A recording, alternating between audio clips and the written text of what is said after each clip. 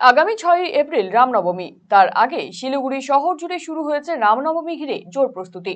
ইতিমধ্যেই রামনবমী সুষ্ঠুভাবে সম্পন্ন করতে করা হয়েছে বিশেষ আলোচনা। এবার তারই অঙ্গ হিসেবে হিন্দু সভ্য সমাজের তরফে শিলিগুড়ির চম্পাশাড়ি মোড়ের কাছে রামনবমী কার্যালয়ের উদ্বোধন করা হলো। এদিন এই উদ্বোধনী অনুষ্ঠানে উপস্থিত ছিলেন বিশিষ্ট ব্যক্তিরা।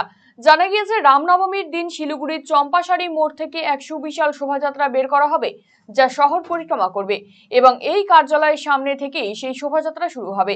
তাই কোনো রাম ভক্তদের যাতে রামনবমীর দিন সমস্যা না হয়, সেই কারণে এই কার্যালয়ের উদ্বোধন।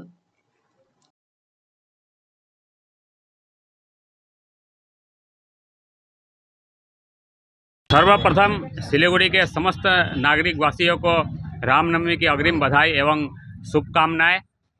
सभी को मालूम ही होगा कि आने वाले 6 अप्रैल 2023 शुभ दिन रविवार को हिंदू सभ्य समाज के तरफ से प्रत्येक वर्ष की भांति इस वर्ष भी रामनवमी का शोभा यात्रा सुबह 10:30 बजे चंपासरी स्थित श्री गुरु स्कूल विद्या मंदिर ग्राउंड से निकलने जा रहा है।